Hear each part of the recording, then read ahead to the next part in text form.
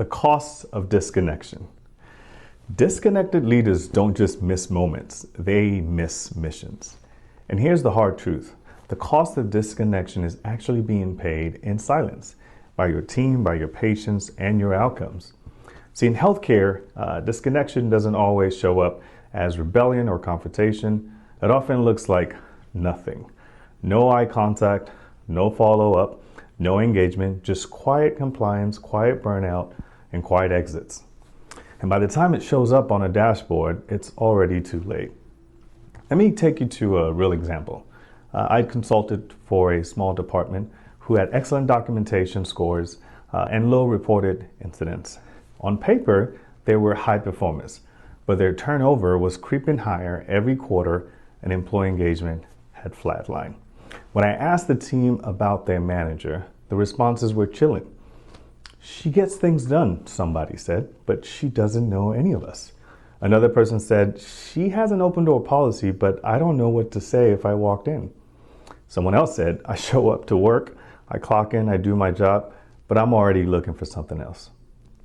Here's the kicker. The manager wasn't toxic. She wasn't rude. They just weren't present. The manager confused structure for support and busyness for belonging. That's what disconnection does.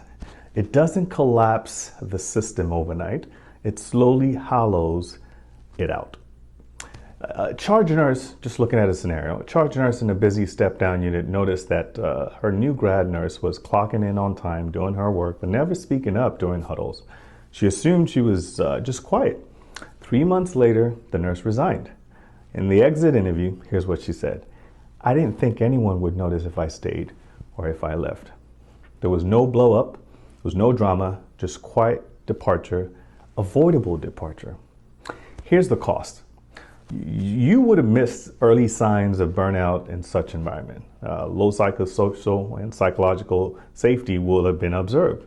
A culture that starts feeling cold even when productivity looks warm is what you would expect. So here's the takeaway. Here's what connection sounds like. How are you doing really? What's something I can take off your plate this week? Questions you should ask. I appreciate the way you handled that tough patient yesterday. Now, these aren't time wasters for managers. They are trust builders. Disconnection is expensive and often irreversible. So if you're leading a team today, ask yourself, when's the last time I noticed someone who's not speaking up? What system can I build to check in with people before they check out?